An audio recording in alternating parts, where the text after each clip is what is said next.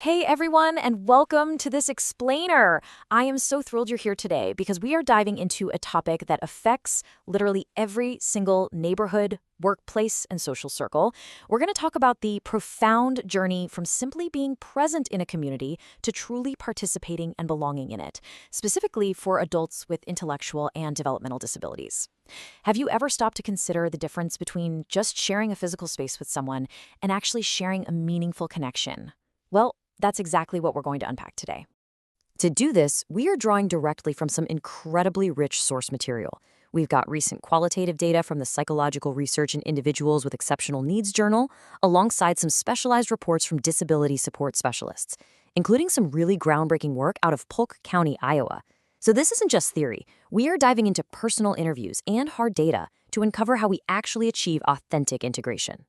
So here is the roadmap for our explainer today. The power of belonging, real barriers to inclusion, connection through shared activity, the role of support networks, technology as a lifeline, and finally, steps to transform communities. Let's get right into it.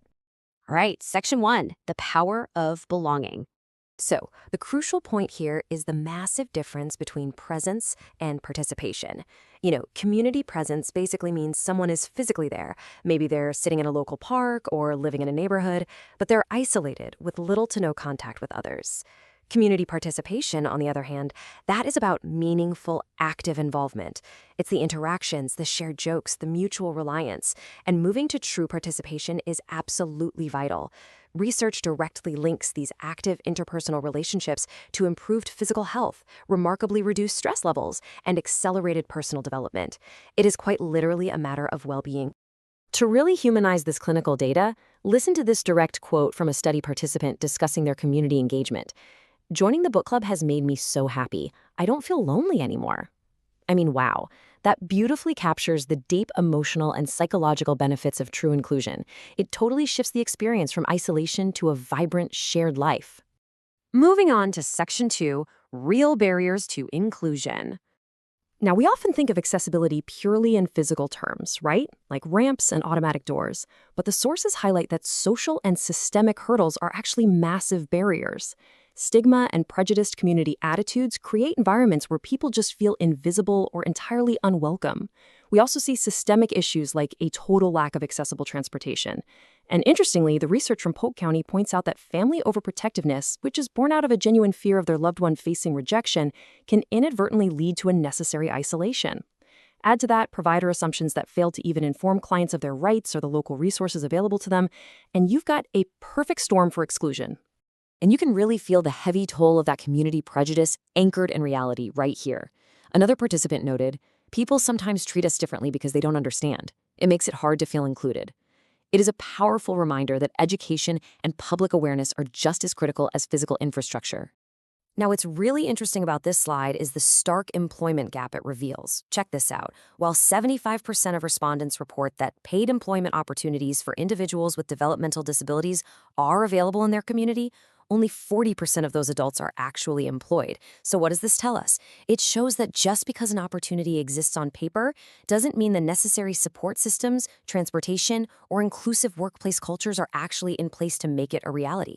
Okay, section 3, connection through shared activity. So how do we actually close that gap? Well, shared recreational activities act as incredible bridges. They shift the focus entirely away from an individual's disabilities and redirect it right towards shared abilities and passions. When we talk about these spaces, we're looking at everyday community pillars: faith communities, gardening and hobby clubs, open gym and swim times, or volunteer groups. Both informal and formal settings are ideal for building friendships because they offer a consistent environment where people can connect over a shared interest.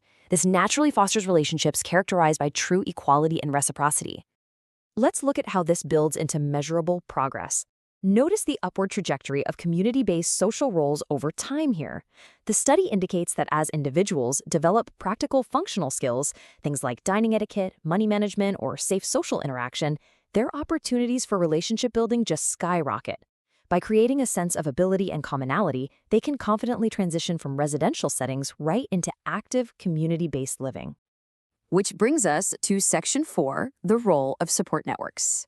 And this brilliantly illustrates the core philosophy of effective care, which relies heavily on person-centered planning. Instead of just fitting a person into a rigid, pre-existing program, the support network, made up of family, professional caregivers, and peer groups, actually tailors the approach to the individual's unique interests and needs. Whether it's a social coach helping someone navigate a new volunteer role, or a peer support group discussing their experiences, these tailored networks are exactly what shift an individual from a state of social exclusion into dynamic, supported inclusion. All right, Section 5, Technology as a Lifeline. The President's Committee for People with Intellectual Disabilities makes a crucial point here. They explicitly define mobile technology, smart device design improvements, and augmentative tools not as optional luxuries, but as absolute necessities. For so many folks facing physical or geographic limitations, these tailored digital tools are quite literally a lifeline. They're essential for accessing employment, communicating with peers, and participating in everyday life. Public policy is kind of still catching up, but the impact of having personalized technological support is undeniable. Plus, online communities offer a really unique advantage. They entirely bypass physical stigma.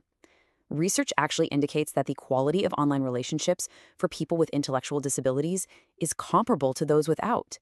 Social media provides a highly welcoming environment where the stigma associated with disability is far less prevalent. It allows individuals to form powerful connections based entirely on shared social identities and interests rather than physical limitations. And finally, Section 6, Steps to Transform Communities. Okay, let's dive right into this. Derived directly from a dedicated disability support specialist task force in Polk County, here's a highly actionable blueprint for improvement. First, redesign staff roles to focus on social coaching, teaching the skills needed to participate independently. Second, change transportation norms, move away from highly stigmatizing agency vans toward integrated public transit solutions.